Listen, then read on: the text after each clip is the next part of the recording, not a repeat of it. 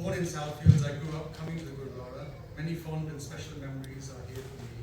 And so this opportunity, so many years later, to come and speak on the stage is an honor. It's been a long journey, and now in my mid-50s, I have come to Sikhism at the same time as eventually doing something I've always wanted to do for a very long time, a PhD in history. Today's talk is structured in 3 parts. I will open with an introduction to Guru Tegh Bahadur, touching on his life and death, and then sharing some of the beautiful poetry that has been ascribed to him, partly as a way of learning about his key messages. Then I will explore the base on which Guru Tegh Bahadur and the other Gurus based their lives and teachings, with a short overview of the role of the first Guru, Guru Nanak. Finally, I will bring the various elements together and hopefully provide you with some key takeaways from today. As we know from what has been written in the leaflet promoting this weekend's Akhand Path, the Guru fell foul of the Mughal authorities and the Mughal Emperor Aurangzeb. The Sikh scholar J.S. Gurupurb provides a useful overview of the life and death of the Guru. By accepting the Guruship, Guru Tegh Bahadur placed himself on a collision course with the Mughal Emperor, and as a result found himself on the move, visiting Sikh Sangats and reassuring them. During his time, temples were built, and this provoked the ire of Aurangzeb. In his poetry, the Guru saw the situation as very grave, and the Guru adds a note of urgency to what he writes, when he reminds others that life is short, but that it does provide opportunities for those who take them. Guru Tegh Bahadur wanted others to face life without fear, and his shloks provide reassurance that this is possible. The Guru's missionary work was successful, and news reached the emperor that this was the case. However, it was the Guru's actions to support a group of Brahmins who were being persecuted that precipitated his martyrdom. Guru Tegh Bahadur was arrested, taken to Delhi in November 1675, asked to perform miracles and accept Islam, in the face of which he remained steadfast. And on 11th November 1675 in Chandni Chowk, the main market close to the Red Fort, he was beheaded. I am very conscious of how history can be so powerful in telling stories that, if we are not careful, can leave an impression that make people assume that people today are the same as those in the past, or that a leader of one community did in the past is somehow something people of that community today are answerable for. And it's a careful line we all have to tread. Further details of the time can add more to understanding the times in which the Guru was having to live and in which he died, which I want to say a little more about. According to the Sikh scholar Singh, Aurangzeb's antagonism towards the Sikh Gurus was already present when he came to know that the 7th Guru, Guru Har Rai, had helped the fugitive prince Dara Shikoh. In briefly opening this episode about Dara Shikoh, Emperor Aurangzeb's elder brother, it gives us a chance to think a little more about the period in which the Guru was living. According to Audrey Trushke, Aurangzeb's primary skill could be seen in how he extended his empire, and while he did use diplomacy, he did not hesitate from using force.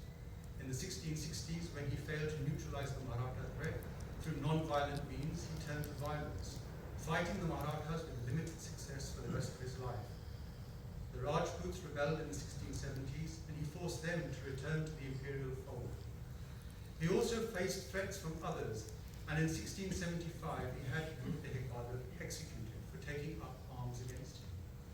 He even struck against his own family members, for example, his son, Prince Iqbaal, who rebelled in 1681 and was forced to flee to Iran, where he died in 1704. But we are left with the tantalizing question: what if Dara Shikoh, the eldest son of Shah Jahan and the heir apparent, would have led the Mughal Empire? It's a question that Sunil Khilnani poses. And while Sunil is very careful to point out that we must not somehow assume that all would have become well under Dara if he had become the Mughal emperor, his writing about the life of the Mughal prince gives us another glimpse of the Mughal empire that, if we are not careful, we can lose sight of. Dara himself had a very inquisitive mind and spent the money he got from his father exploring religious ideas and philosophy. He commissioned splendid albums of calligraphy and miniature painting, and his interest crossed over different cultures and traditions. He was known to surround himself with Sufi mystics, yogis, fakirs, and holy men from various backgrounds. It was with their help that he devoted a lot of his time translating the world's major scriptures into Persian. One of his most successful and significant contributions was learning about Sanskrit texts, and in 1656, assembling a group of Brahmin Pandits to translate the Upanishads, the key text of Hinduism. Here was the son of Shah Jahan, the same Shah Jahan who had built the Taj Mahal, one of the most stunning buildings in the world, showing interests in other faiths, and even today, Dara is still celebrated as a figure who embraces diversity and difference. But it was not the case that Dara would be emperor, and ultimately, like others, Guru Tegh Bahadur was to suffer at the hands of Dara's younger brother, Aurangzeb, who in capturing the Mughal throne had his own father, Shah Jahan, imprisoned and his elder brother, Dara, executed. None of this is meant to take away from the accounts of the Guru's suffering. It was a very, very cruel death. But the Guru's legacy is also immense, and he has left us with some of the most beautiful poetry. Here, I am reminded of the saying, from Shoka comes Shloka. This is from the opening of the Ramayana, before the long poem is presented. From grief comes poetry. The famous shloks of the ninth Guru were composed shortly before his execution in 1675, and their simplicity and yet exact use of words that form 57 couplets are poetically very powerful. The compositions of Guru Tegh Bahadur are under the name Nanak and come at the end of the Guru Granth Sahib, and they play a key role in Thanksgiving ceremonies, which conclude every reading of the Guru Granth Sahib. The opening of the shloks is as follows: Gun Gobind Gayo Nahi, Janam Garat Ki, Kaho Nanak, Har Baj Bana, Jai Bid Jal Omeen. The English translation is, unless we sing divine praise, our life passes in vain. Says Nanak, love the divine, my mind, as a fish loves water.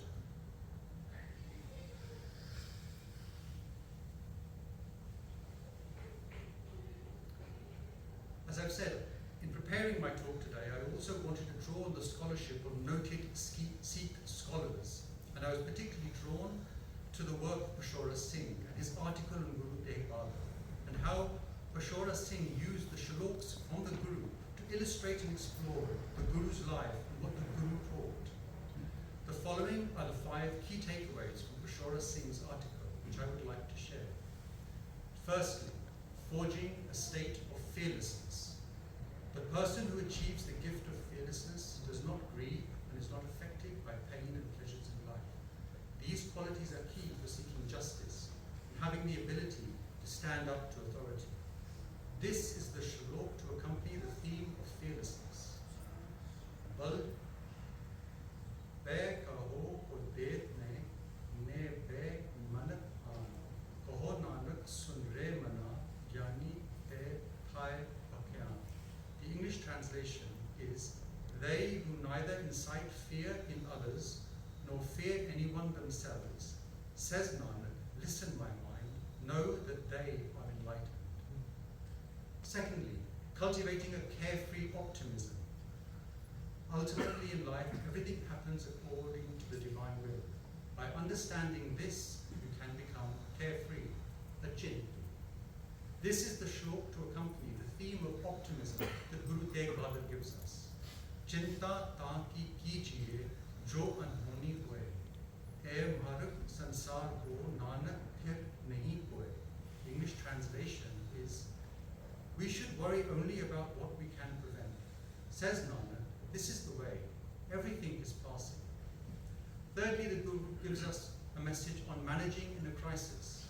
When, for example, a group of Brahmins, which we've heard of before, sought the Guru's help at a time when Aurangzeb was ruling, the Guru in his shlok refers to Gaj, elephant, and the story of how Lord Vishnu freed an elephant in trouble as a way of illustrating to people that help will appear in a crisis. This is the shlok to accompany the theme of managing in a crisis. Bal chutro bandan pare, kashu na ho upaye, kaho nanuk ab ot har, gaj jio ho sahaya. The English translation is, I am weakened and shackled, no effort avails. Says Nanak, protect me at once. You help the elephant. us something about empowerment at the darkest of times. As the Guru prepared to pass on the Guruship to his son, Govind Das, he wanted to leave the Sikh Panth with an empowering message at a time when there was so much danger. This is the shlok to accompany the theme of empowerment. Bal hua bandan chute, sab kich hot upaye, Nanak sab kich tumhare haath mein, tumi hot sahai. The English translation is, I am empowered and unshackled, all my efforts are fulfilled. Says Nanak, all is in your hands, you are our constant companion.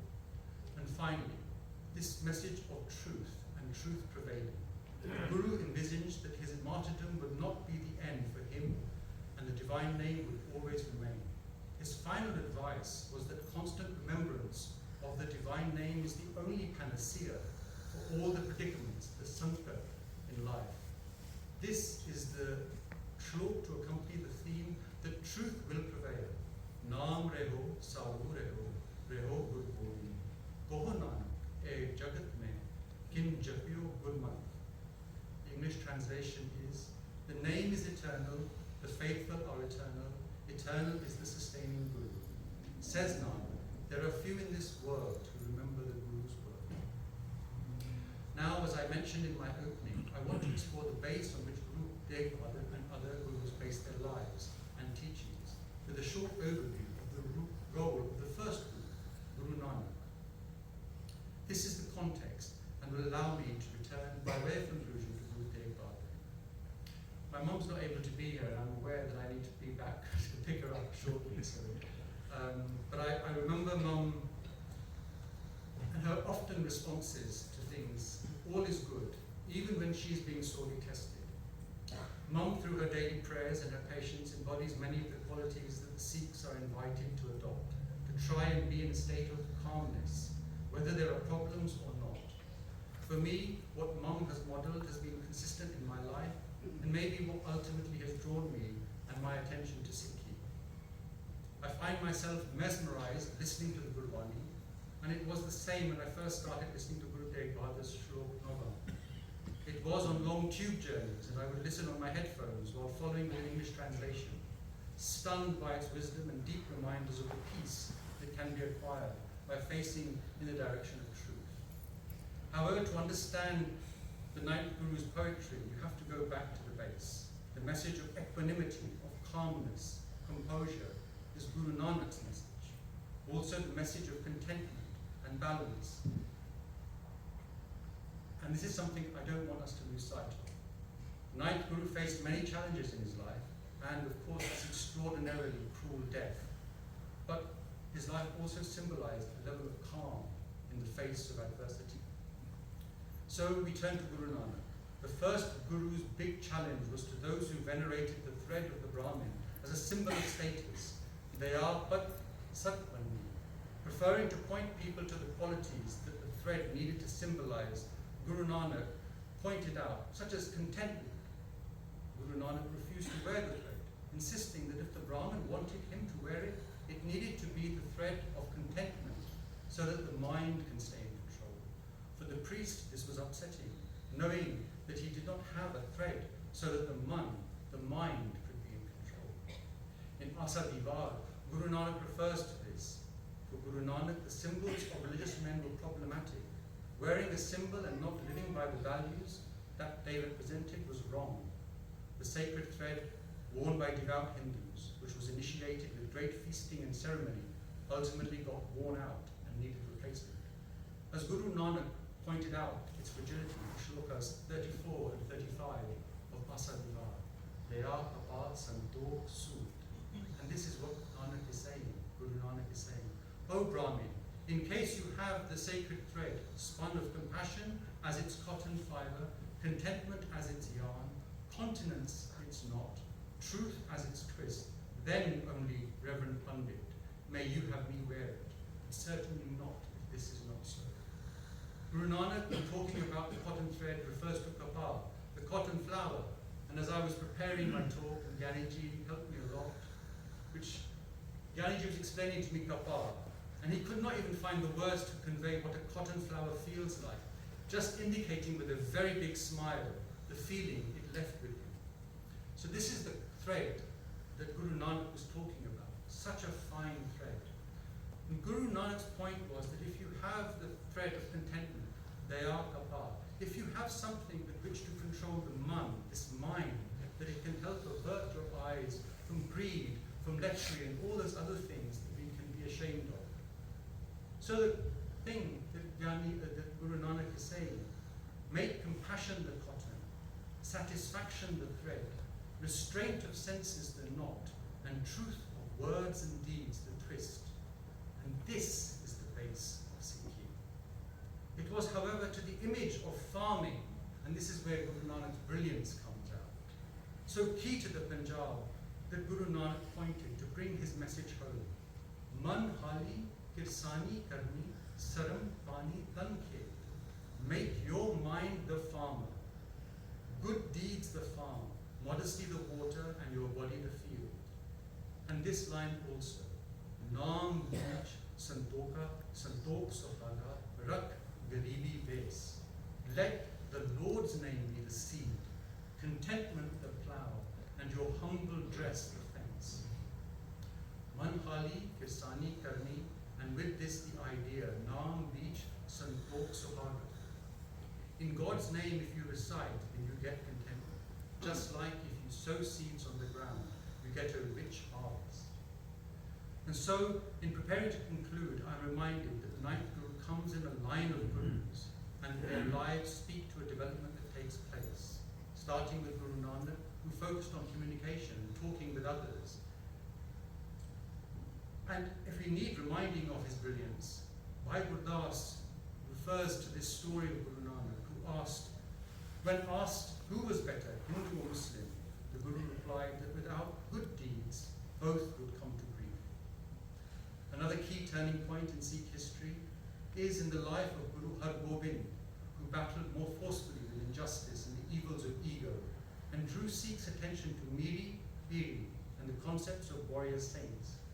As J.S. Grewal, the Sikh scholar, reminds us, it was Guru Har Gobind who, in standing up to injustice, prepared two swords, one symbolizing his spiritual authority and the other temporal power, while at the same time he encouraged his followers to martial activity. However, it was in the life of the ninth Guru that many of these elements came even closer together, and that is why it is crucial to put Guru Tegh Bahadur in the context of those who came before him. At the end of the day, it's not enough to just sing Gun Gobind Gao Nahi, that somehow by singing in praise of God alone we can take away our own bad habits or magic away evil.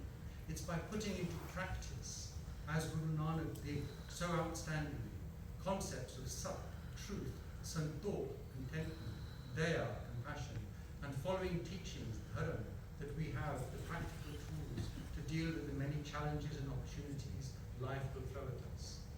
So, in reflecting on the life and contribution of the ninth Guru, we must not lose sight of the base which is firmly aligned with controlling the man, controlling the mind, and thus gaining a level of calmness. And for this, the message is clear. Go out, help others, make a contribution, because calmness is inquired by works, by practice, not simply by prayer. And this was modeled by Guru Nanak himself, using, for example, the farming analogy to invite us to develop those qualities through practical means so as to take on the challenges we will inevitably have to bear and conquer. In conclusion, I want everyone to have some key things they can take away from today as we remember Guru Tegh Bahadur. His life, as I have mentioned in my talk, added a note of urgency to what had already come before due to the very difficult times he found himself in. The Guru's story is also one of our times. There are still many Aurangzebs about, of all faiths and none. And Guru Tegh Bahadur's message of calmness and fearlessness in the face of adversity can help us as we confront both very public tyrants, but also confront difficult situations in our personal and private lives. In his writing, he powerfully reminds others that life is short, but that it does provide opportunities for those who take them.